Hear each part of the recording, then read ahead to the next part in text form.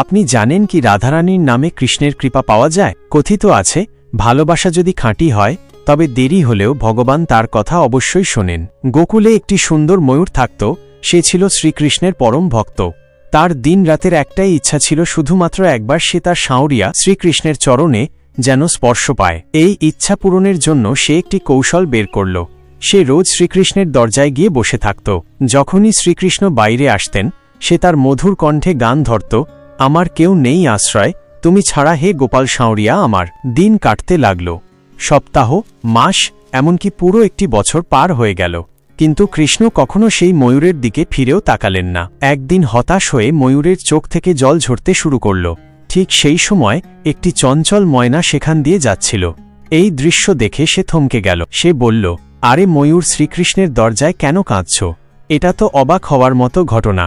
যখন ময়না তার কান্নার কারণ জানতে চাইল তখন ময়ূর দুঃখিত স্বরে বলল, 1 বছর ধরে এই ছলনাকারীকে খুশি করার চেষ্টা করছি, কিন্তু ও আজ পর্যন্ত আমাকে এক ফোঁটা জলও দেয়নি। ময়না মুচকি হাসল এবং বলল, আমি বর্ষানা থেকে এসেছি, চলো আমার সঙ্গে।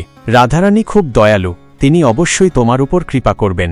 ময়ূর তার কথা মেনে নিল এবং তারা দুজন উড়ে চলল বর্ষানার দিকে। সেখানে পৌঁছে ময়না গাইতে শুরু করল, রাধে রাধে বর্ষানাওয়ালি রাধে।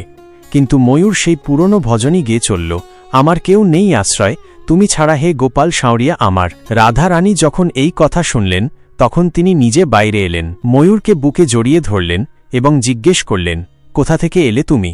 ময়ূর আবেগাপ্লুত হয়ে বলল, রাধা মা, আজ বিশ্বাস হলো যে আপনি সত্যিই করুণাময়ী। আমি তো 1 বছর ধরে আপনার কৃষ্ণের দরজায় গান গাইছিলাম, কিন্তু তিনি কখনো আমার খবর নেননি।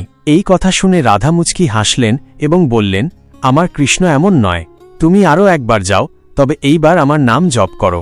ময়ূর মাথা নত করে ফিরে এলো। এবার সে দরজায় বসে গাইতে শুরু করল, জয় রাধে রাধে, জয় রাধে রাধে। ঠিক তখনই কৃষ্ণ ভেতর থেকে ছুটে এলেন।